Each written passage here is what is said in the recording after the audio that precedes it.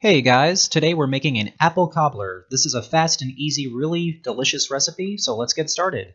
First thing I'm going to do is peel some apples. I like to use Granny Smith apples for this. You can use any type of apples you want, but I like to use the type of apples that I would use for apple pie. After you're done peeling, just go ahead and chop them in half.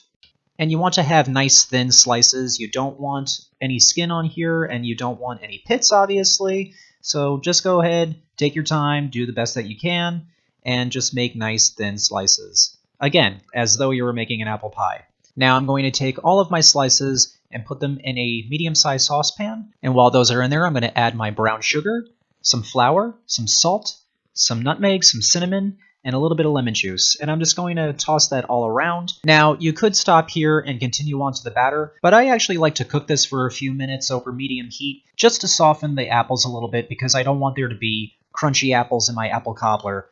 Sorry, but not a big fan of that. But just go ahead, if you are going to do this step, just keep cooking it until the liquid at the bottom becomes nice and thick. And this should only take about, 5 to 7 minutes, and then turn off the heat and take it off.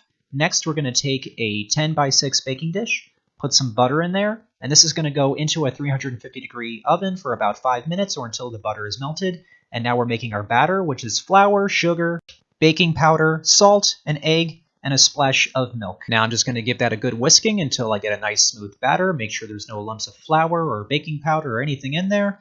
And then we're going to take our baking dish out of the oven. The butter should be completely melted. And if it's not completely melted like mine is here, just a little bit of butter left, take a wooden spoon or spatula and just mix it up until it's completely liquid.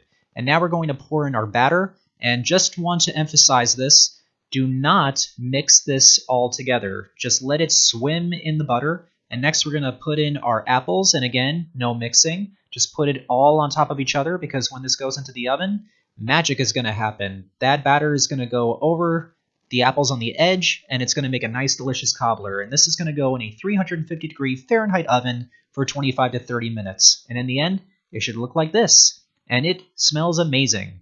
And just let that cool off completely, or when it's close to being cool. It's actually very delicious when it's warm. Cut yourself a slice and top it with some ice cream. And this here is pistachio ice cream, if you're wondering, which is one of my favorites. But we're not talking about the ice cream, we're talking about the cobbler. And this cobbler is delicious. And I know this is probably a controversial choice, but I think I like this more than apple pie.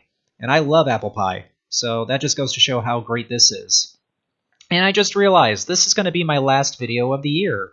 I think this is the perfect way to end 2022, with a nice, delicious, comforting dessert.